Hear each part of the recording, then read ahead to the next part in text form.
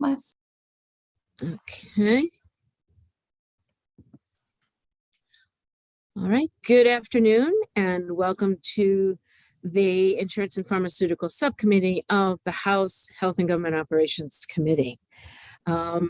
We appreciate your indulgence and understanding and patience during this time right before crossover, when we are trying to get all of the bills ready to go over to in time to go over to the Senate for consideration by them.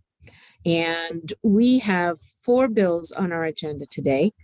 And I am going to begin with House Bill 694, and then we are going to do House Bill 1397, and then House Bill 973, and lastly, House Bill 1219.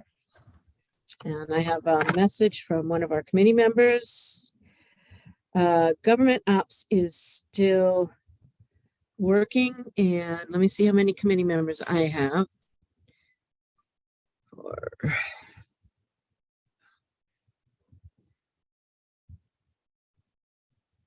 Okay, and so I am going to have to wait another minute. I apologize. I thought we had a quorum here and we don't yet.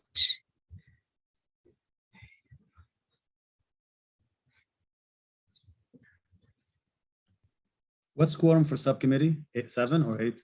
7. 7. So we're pretty close. Okay. 1, 2, 3. Yeah, we got 6. Okay.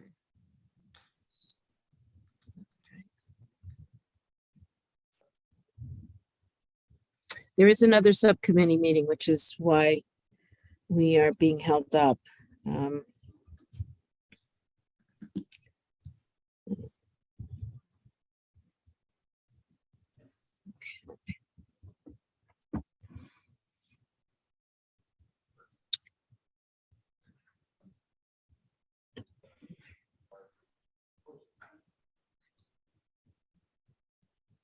Just need one more person.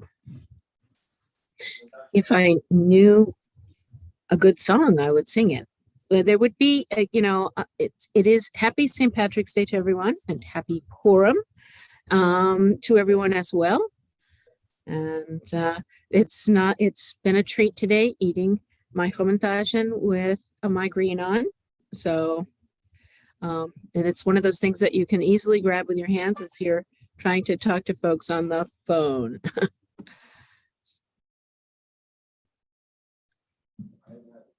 Okay.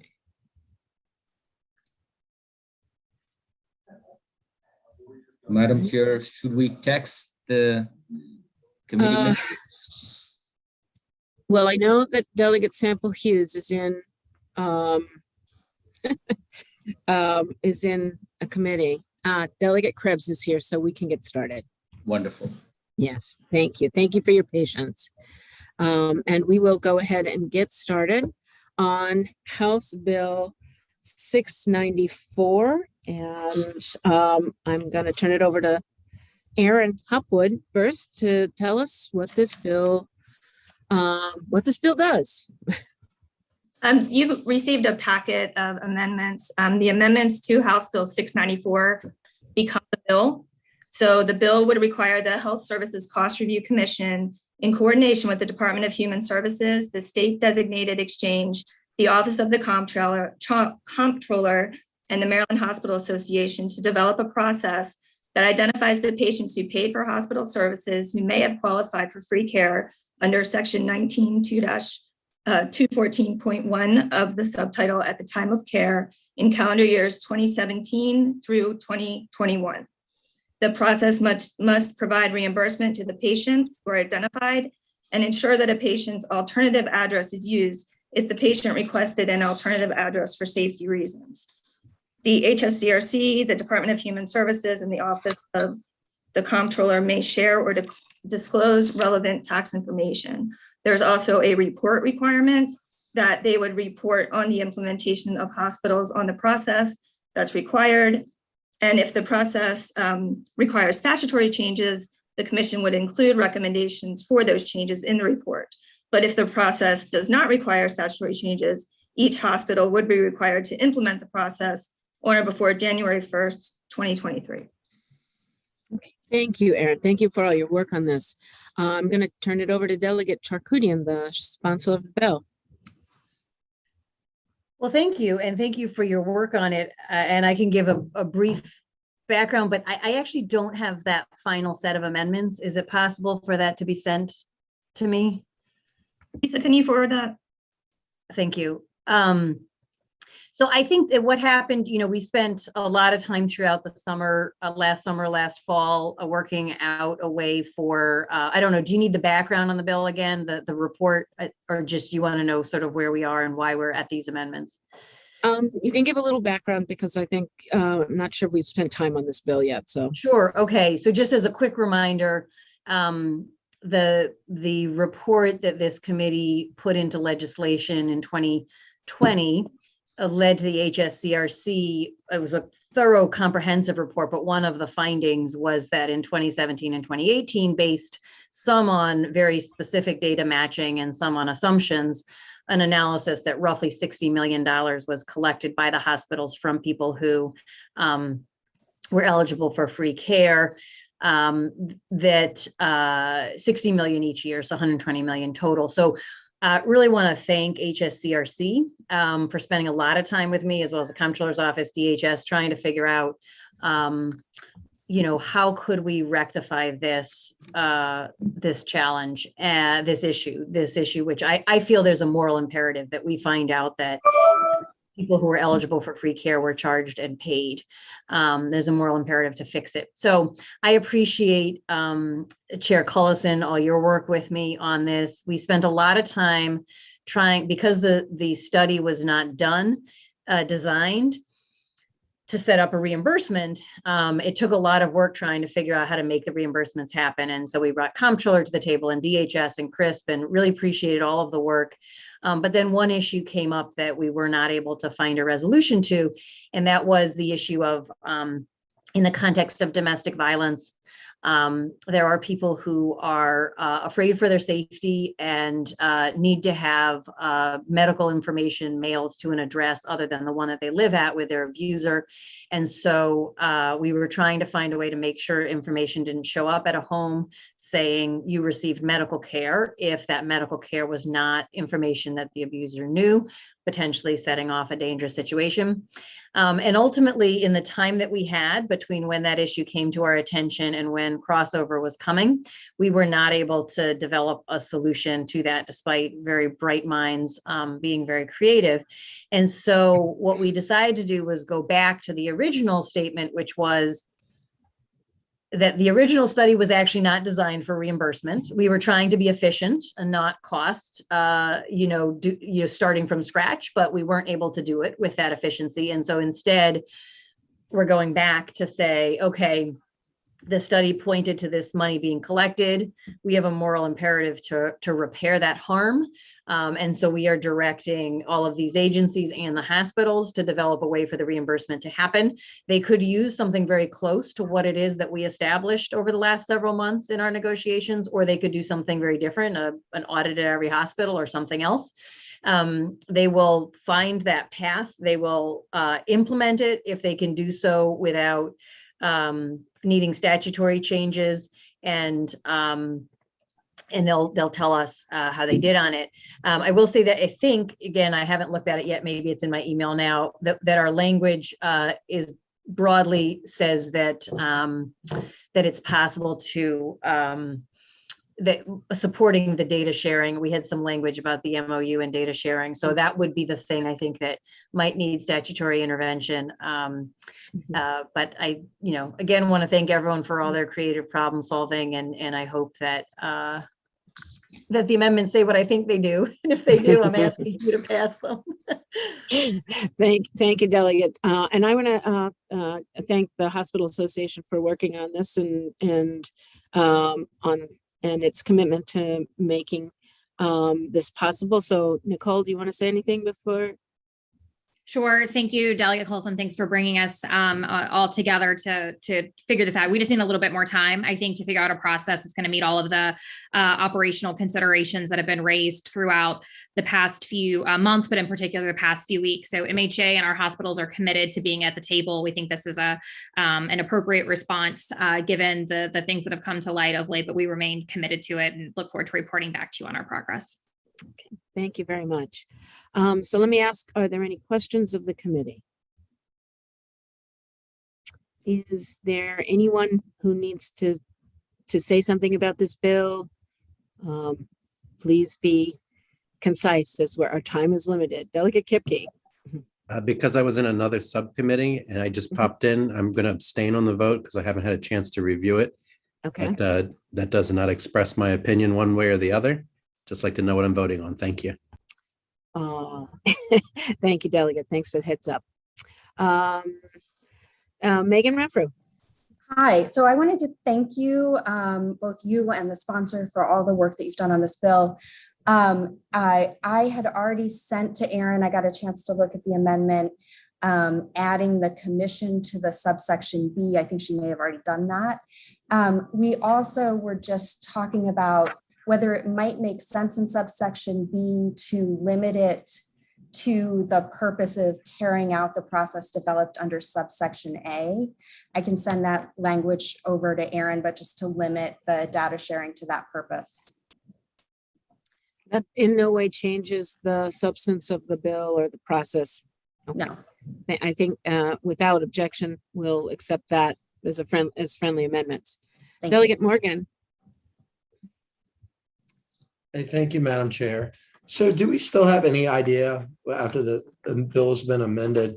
It still looks like it goes back to 2017, 18, 19, 20, and 21. Do we have any idea how many people that is, or what would the revised fiscal note be? I'm going to go to the sponsors to see what she has in terms of numbers, but it's hard to calculate that now because Right, because they haven't mailed it back, right? Right. Delegate Charkoudian, do you want to respond? Thank you, Madam Chair. I believe 120,000 was the number, and Megan may be able to tell me if that was 120,000 in 1 year or each year, although she's working on amendments. So I know that at one point we were looking at 120,000 people as possibly being eligible. But I don't think that the fiscal note is covered by the hospital. So I don't think that it gives us that number gives us a fiscal note for state agencies. Is the Right. trigger still just 5%? There's no trigger. There's no trigger. There's no trigger. All the bill is struck, Delegate, and what you see in the amendments is the entire bill. Oh, now. okay. Yeah. Gotcha. All right, thank you. Delegate Krebs. Thank you. I just got the amendment hot off the press. I think it'd be nice to have it in a reprint. I've got so many questions from my notes from before because we hadn't really, maybe I missed it, but I got so many questions. I wouldn't want to hold it up here. So if we could get the reprint and just see what we're ending up with, because I mean, some of the issues I had before was just about checking for asset eligibility, the HIPAA violations, the sharing of tax sharing information. So I really haven't had time to process it either because it's a big deal. I understand the intention of the bill. I see the problem you're trying to solve. I just need to understand how we're solving it and if it's going to be more problem than it's worth. But Delegate Krebs, I know you haven't had much time because the amendments, you haven't had the amendments for very long. This is the artifact of working over crossover time. But basically, we don't know right now. The agencies are working with the hospitals to help them come up with the process to do the kinds of things that you were concerned about. So the bill is struck except for the amendments you have, which again commits the commission to working with the Department of Human Services and the comptroller and CRISP and the Hospital Association to develop that process. And so will this come back to us to approve the process? No, not unless they need statutory changes. If they need statutory changes, they will come back to us. Well, I'm just looking at some of the language in here that talks about Human Services and the controller sharing or disclosing relevant information, including tax information? I mean, is this gonna, I mean, we're approving this, but would that have to be approved by the person that's sharing? That stuff is very sacred to many people. Would they have to approve to have it shared, or would it just be shared ahead of time? It would follow whatever statutes there are relative to confidentiality that we have in our state and federal laws. So currently, the controller is not allowed to share tax return information at all, period. So Right. it would either come back to us to allow for it, or it's a moot point because you can't share it. So I'm not sure how they're going to use that information unless they have permission.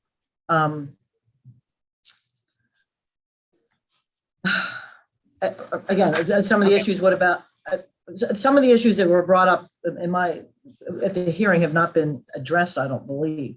And you're telling me that we're going to let someone else address these issues outside of us? Well, all within statute. I mean, we're not going to, we're certainly not advising them to do things that would not be covered under our current statute. Delegate Charkoudian, did you want to respond? Yeah, I think I was just going to try to respond. I think that you answered the question. I think the issue is that the goal is to make the coordination happen. You know, what we do know was done, again, without needing to change statute, was this matching of CRISP data with comptroller data, and they were able to share enough information to identify people who had paid. There was questions about the asset test that brings the hospitals back into it, but that it is possible they did to do the study to this point have this sharing of data within the context of current statute and federal law. And so I think that we know that that's a valuable matching tool, even within the context of the laws as they are. And if they come back and say, okay, to actually pull this off, we need this sharing as well, then the body would get another shot at saying yes or no to that sharing. So right now, all hospitals are already required to let patients know that they may be eligible for free and reduced care. Do we know today moving forward? Do we feel like that is happening now? Or, I mean, we're looking back, but do we feel like from this day forward, if that is occurring?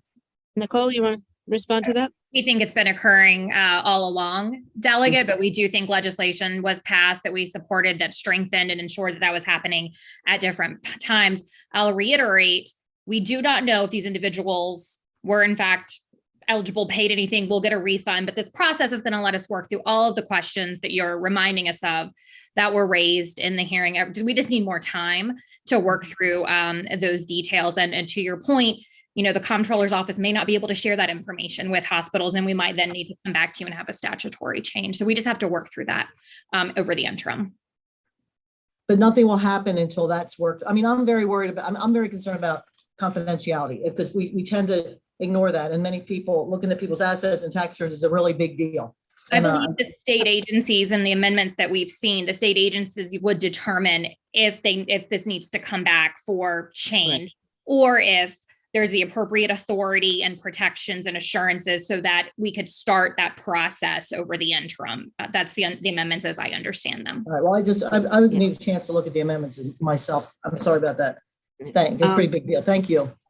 Thank you, Delegate. I'm going to go actually to Megan Renfrew. Megan, can you just help us understand how serious the commission would be taking the confidentiality issues and how they might be specifically looking out for that as you work with the hospitals?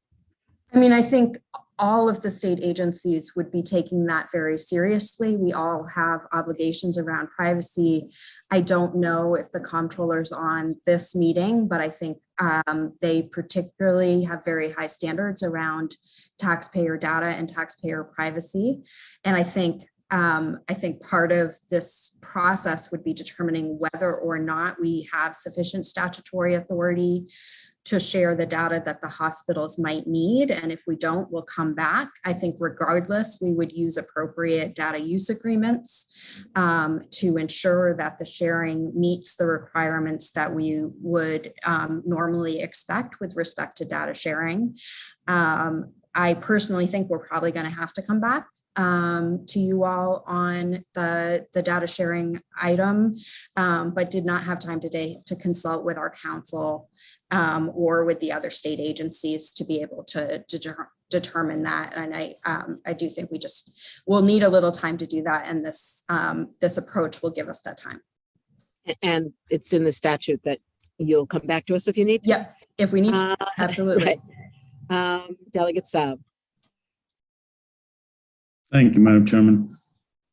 Just to go a little bit deeper, and I don't know if this is that relevant, but I think it is. So once we identify those patients who have paid for services that qualified, we have to provide reimbursement to the patients.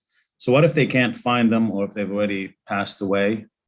What are they, and how long have to wait? How long, is there a time period for them to try to find them and get a response from them? So I believe, and I will, invite the sponsor to respond as well, but clearly, delegate, if they can't find them, that's it. I mean, the end of the process.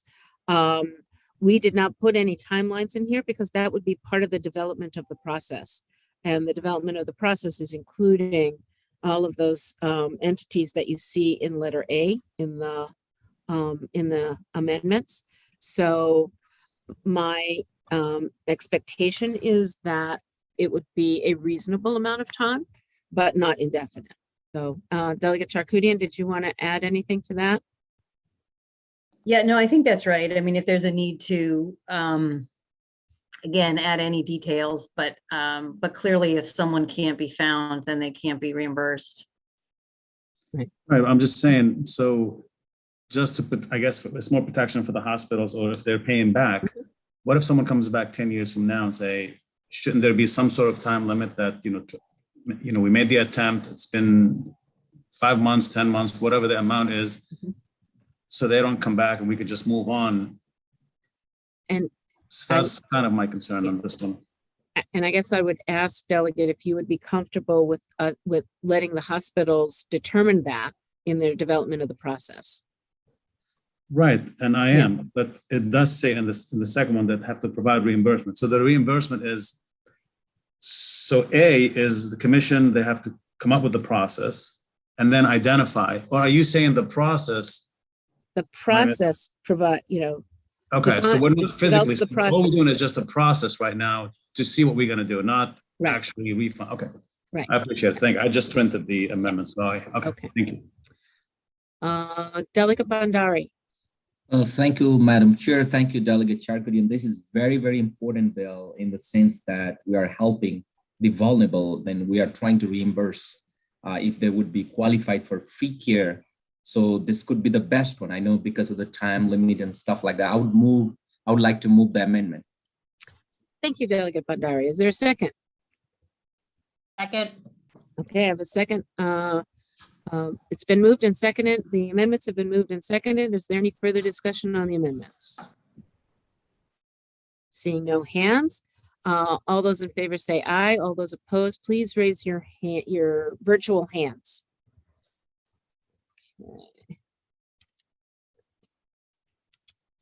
Okay. The motion passes. Do I have a motion on I'm sorry, in opposition, Delegate Morgan, Delegate Krebs. So the motion carries. Is there a motion on the bill as amended? Move the bill as an. I'm sorry, Madam Chair, I thought we were on. You thought we were on the bill? I did too. I'm sorry. I'll be Okay. okay with the amendments. The bill is what I have a concern with. Okay. The amendments All right. make it a little better. Amendments would Okay. be a lot better. Thank you. Okay, on the Move the- amendments. All right, so now I've got a motion. Do I have a second on the? Second. Okay, I got a second. Any further discussion on the bill as amended? Okay, Delegate Kipke, are you voting or you have discussion? Will we have a reprint by the time we vote for real? Yes, Thank you. I'm going to abstain until I can actually read the bill. Thank you. Okay. thank you. All Me right, those, too. in- Well, I'm going to vote no until I see the bill because Okay. I just can't vote for someone I haven't really seen. I don't understand it. Thank you. okay, so I'm assuming there's a lot of eyes out there and I see Delegate Saab, Delegate Krebs, Delegate Morgan. Madam Chairman, I had a quick question. Mine was, I thought was still. Oh, yours is a question? Okay. Yeah, just real quick. Anybody still opposed? Who's still opposed to this bill? To my knowledge, no one. So everybody's on board. There's no opposition from hospitals or from comptroller's office. Everyone is. Everyone is on board. Okay, thank you. Thank you. Okay, so let me call the vote. Those in favor of the bill as amended, please raise your hand. Say aye. Those opposed, please raise your virtual hands. Aye. Okay, so I have Saab, Krebs, Morgan, and Kipke is abstaining. And the bill passes. Thank you very much. Thank you, Delegate Charkoudian. Thank you to the MHA. And thank you to Lisa. Aaron. Thank you to Aaron for your work on this. It's terrific. All right, we are going to. Thank you. Bye-bye. Thank you. We're going to go now to House Bill 1387. This is health insurance prescription insulin drugs, limits on copayment and coinsurance, Insulin Cost Reduction Act. Madam Chairman, it's 97. You said 87. No, oh. It's 1397. 1397. Thank you, Delegate. Boy, I need to go to bed earlier. And Lisa, tell us what it does. This bill requires carriers that coverage for prescription drugs and devices to limit the amount a covered individual is required to pay in co-payments or co-insurance for a covered prescription insulin drug to no more than $30 for a 30-day supply, regardless of the amount or type of insulin needed to fill the covered individual's prescription. There are amendments on page 6 of the packet that was handed out that are technical. Okay. Now, the vice chair cannot be here today, but we have in her stead Dr. Assi representing her. So do you want to speak at all to the bill? Thank you, Delegate Cullison. So I just want to say, thank you for allowing me to speak on this bill. And this bill means a lot to me as a physician. I see the complications of, lack of compliance of patients with insulin because of cost. And I'm very passionate about this bill because it's legislation that's already being done in many other states, 15 other states, and it's also being worked on at the federal level. So I feel like this is time for us to move in that direction in Maryland. Thank you. Thank you for being here today. Questions from the committee or comments? I'm going to start with Delegate Kipke. Thank you. I'm just curious, who does this bill apply to? Like what, I don't know if council can answer that question. Does it apply to any Marylander that has a plan executed in the state of Maryland? Lisa, do you have that?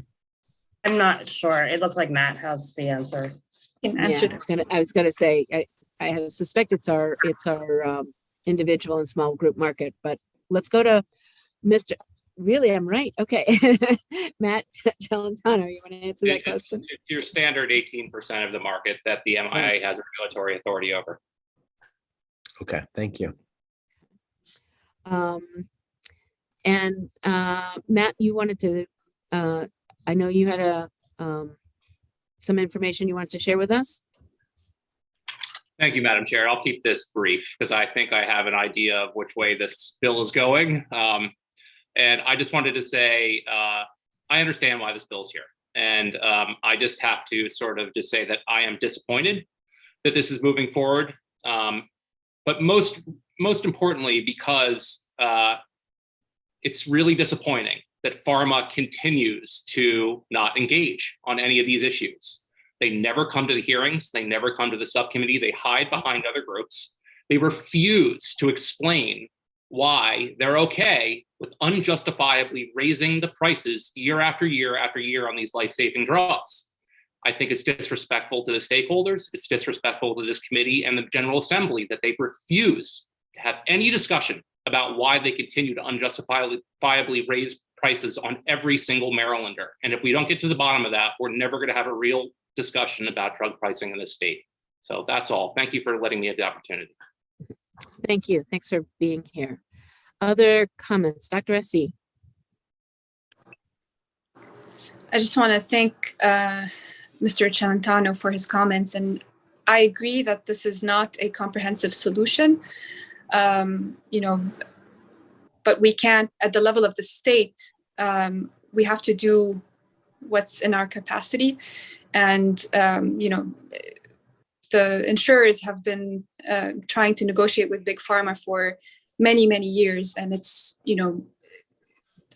something that, we need an immediate solution. And this legislation is one immediate solution that does not solve the whole problem. Like we said, this doesn't cover all the, all people who take insulin and all people who have insurance, does not, it doesn't address the whole population, but it certainly provides a first step towards in the right direction. So that's what I have to say. Thank you. And I have Dr. Sokol. Yes, thank you so much again for the opportunity of talking on this today. I just wanted to raise two short, brief items that I couldn't in my testimony the other day. Number one is that I could only present on data that is publicly available, and the data I presented was from 2016. But from then to today, prices of insulin to insurers have fallen significantly with the entry of biosimilar insulins in the market, in drug-to-drug competition. What we have in data that is confidential and private between insurers and pharma is that insurers are paying less than $100, oftentimes when the patient is charged more than $100 for the same insulin. So sometimes insurers are actually making money off the co-pays that patients pay for their insulin, and that's very important that we say. And the second item is that patients are also suffering because insurers have been excluding insulins from their formularies. So it's not only that they're charging a lot, but insulins have been excluded. Sometimes out of 3 or 4 options in a certain therapeutic group, there's just one, and that one is not affordable. So I think, I just would like to resonate that, yes, this bill is not a solution for everything, but it's a very important point, a very important step in the right direction. Okay, thank you. And I would ask that we understand that the drug pricing chain is extremely complicated. It involves negotiations at many, many levels that we're not always privy to in terms of the negotiations. So as we work on this committee, we become more and more familiar with all of the complexities of the drug pricing chain, and we should be aware of that. Delegate Krebs. Thank you, Madam Chair. And I just want to echo what Matt has said. I mean, we continue to put Band-Aids on the problem of pharmaceutical prices, and I don't know the truth and the answer. But we did pass a bill a few years ago that I was opposed to because I didn't think they would accomplish anything, and so far they have not. The Prescription Drug Affordability Board, and it's been 3 years and we haven't really seen any. I know COVID has been there, but there's ways to work with COVID. And I'm disappointed that we continue to we need to fix this problem. It's a huge problem with the insulin, but having insurers all pay more, we do that with everything. And we really got to get to the bottom of this issue. And if what Mariana just said, if she believes that the insurers are, let's somehow have some transparency, even if it's for this one drug. Just take one drug, and this is an important one, and somehow try to solve the problem, not just put a Band-Aid on it and fix it. But I know why it's being done, but please, I don't know if we can add some language to this to somehow look at this drug first and figure out why it's gone up so much. And when it was a free drug to begin with, it would be solving a bigger problem. Delegate Krebs, I have it on extremely good authority that we will be having a report from the Prescription Drug Affordability Board within the next 2 months. And their number one priority was the cost of insulin. So we will be seeing, and in fact, I consulted with them on this bill to make sure that we were okay going through with it and we were not going to have any negative consequences. And they said they looked at what other states are doing and said we would probably be okay. No, the only thing it's costing is just premiums to go up, but that's what happens every year. Thank you. Delegate Bandari. Thank you, Madam Chair. This is also a very important bill. Helps the vulnerable one. The insulin price is going up. A bipartisan Senate report documented that the business practices of manufacturer, health plans, and PBMs are key contributor to the high prices. And this is a really important bill with a good faith to help vulnerable one. And love the amendment. Actually, I was going through the amendment. I love the amendment. I would like to move the amendment. Thank you for moving the amendment. Do I have a second on the amendment? Do I have a second on the amendment? There's my second. Any further discussion on the amendments? Dr. S. did you want to discuss the amendments? No, thank you. Then those in favor of the amendments, please say aye. Those opposed, please raise your hands. Delegate Bandari, your hand is still up. Do you mean it to be? Thank you. Seeing no hands, the amendments pass unanimously. Can I have a motion on the bill as amended? The bill is amended. Second. Moved and seconded. Any discussion on the bill as amended? Seeing no hands, those in favor, please say aye. Those opposed, please put your virtual hands up and seeing no hands, the bill is amended, passes unanimously. Thank you very much. Dr. S. you're welcome to stay. And Dr. Sokol, you're welcome to stay if you'd like to observe the rest of the subcommittee. We are now moving to House Bill 973. And Lisa, tell us what House Bill 973 does. House Bill 973 specifies that each contract form or an amendment to a contract form between a pharmacy benefits manager and a pharmacy services administrative organization acting on behalf of the pharmacy may not become effective unless the PBM, rather than the PSAO, which is the way it is now, files a specified informational filing with the insurance commissioner and makes other technical changes. There's an amendment on page 4 in the packet that requires a PSAO to provide to an independent pharmacist an electronic or paper copy of specified contracts, amendments, payment schedules, or reimbursement rates. Okay. Delegate Kelly, would you like to speak to your bill? Sure. I think with the amendment, everybody is on board with this bill. It's really just a minor tweak to legislation that we passed a couple of years ago. I see the stakeholders popping in the room, but I think they'll just smile and say this is good to go and necessary, and we appreciate the committee's support. Thank you. And David Cooney from MIA, do you have anything you'd like to say about this bill? Thank you, Madam Chair. I would just say, like as Delegate Kelly pointed out, it is a minor change, but it will have a very significant helpful impact to the MIA, the PBMs, and the PSAOs. It'll make the filing process much more efficient. And so we would definitely be glad to see this move forward. Okay. And that comes with a smile, according to Delegate Kelly. There we go. Okay. Do we need to, can I have a motion on the amendment? Move the amendments. Amendments are moved, and I got a second. Any discussion on the amendments? Seeing none, those in favor of the amendments, please say aye. Those opposed, please raise your hands. Seeing no hands, passes unanimously. Move the bill. The bill is moved. Do I have a second? Second. Got a second. Any discussion on the bill as amended? Seeing no hands, those in favor, please say aye. Those opposed, please raise your virtual hands. Seeing none, the bill passes unanimously. Thank you, Delegate Kelly and MIA. So the last bill of the day is House Bill 1219, pharmacist status as healthcare providers and reimbursement. This bill has been heavily amended, and I'm going to go to Lisa. There we go. Looking for you on the small screen here. So the amendments are on page 5 of the attachment that was sent around. And what the amendments do is they strike all of the provisions in the original bill except those that are related to destruction of records, and require the Maryland Insurance Commissioner to establish a work group to study options and requirements necessary for reimbursement pharmacists who provide medical services within the scope of their practice and in their work settings, and report back to Finance and HGO by December 31st, 2022.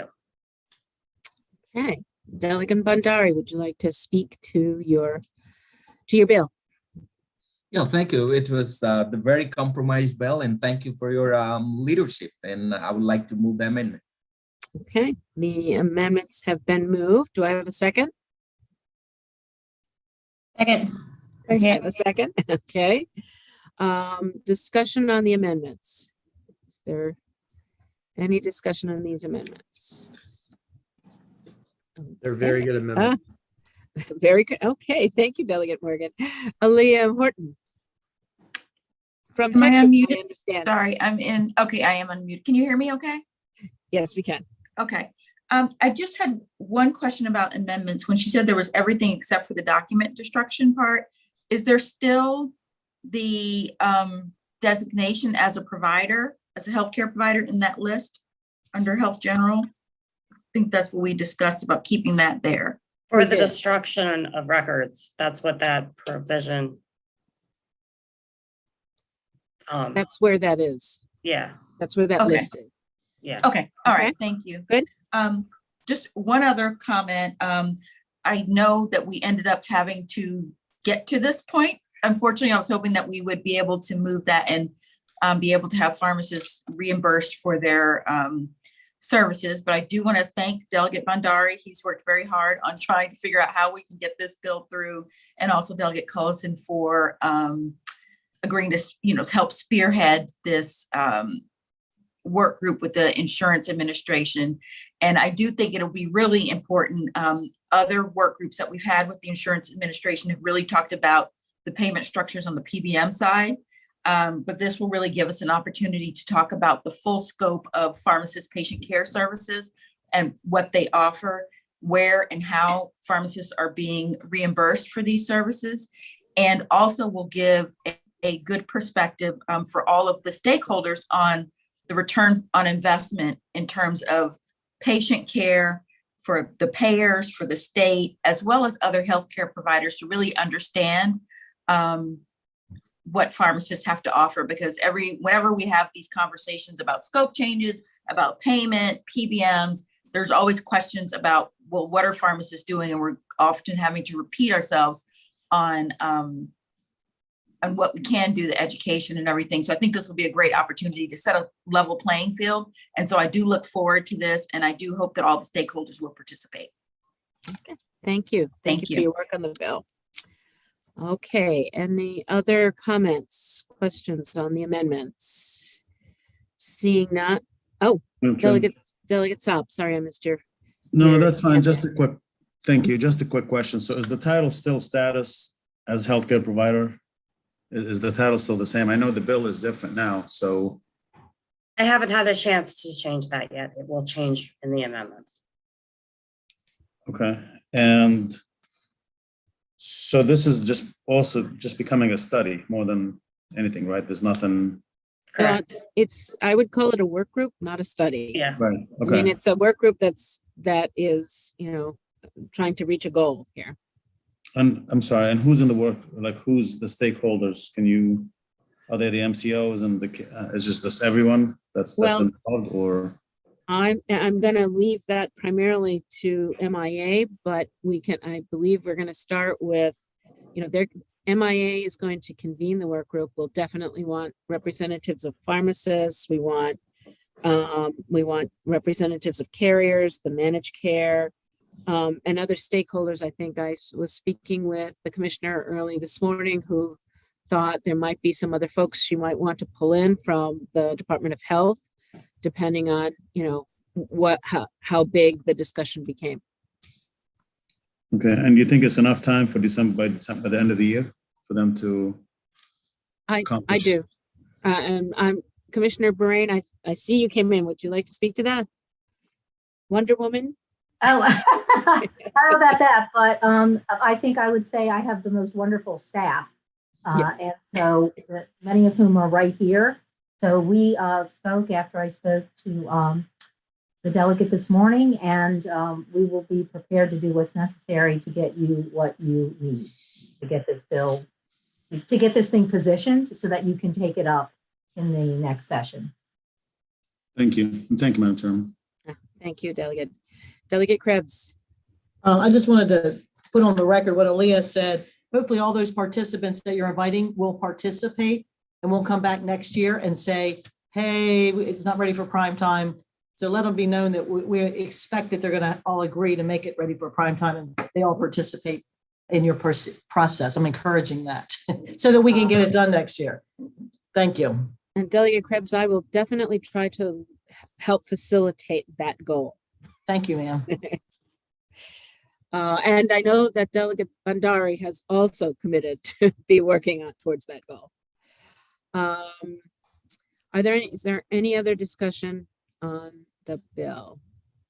Do I have a motion? I don't think I did the amendments.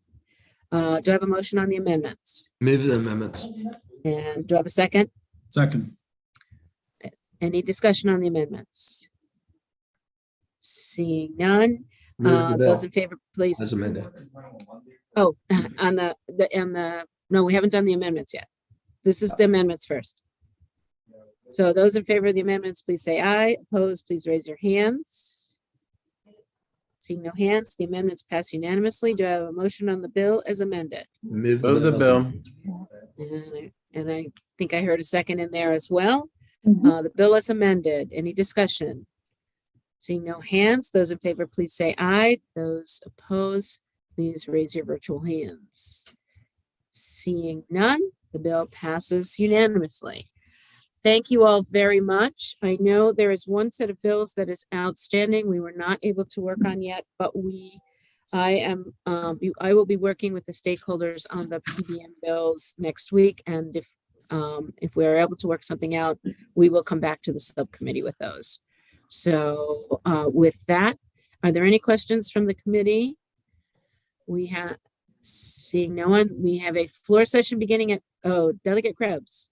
Madam Chair, just one thing. When you talk to the PBMs next week, would you please express our total frustration with them never putting any testimony in writing so that we can look at it and read it? I think the proponents do a really good job, and they come in, and then the PBMs come in and talk, and year after year after year, we never have anything to go back to look at their argument. And I know it's purposeful, but I just would appreciate, we did get one letter, I think, from one of the lobbying firms, but we just would really appreciate them giving us something to look at. Okay. Thank you, Delegate Krebs. I think your message just got to at least a couple of them. Delegate Kelly. This is a question I think probably Lisa might be able to answer. Are we expecting to vote later tonight after the second floor session? Okay, great. My Thank you. understanding that, yes, there will be a chairman's meeting right after and then voting after that. Right. So the sequence will be floor session, and then 15 minutes after the floor session, chairman's meeting, and then almost immediately after that, a voting session. Okay. With that, thank you all for your participation, and have a good evening. Thank you.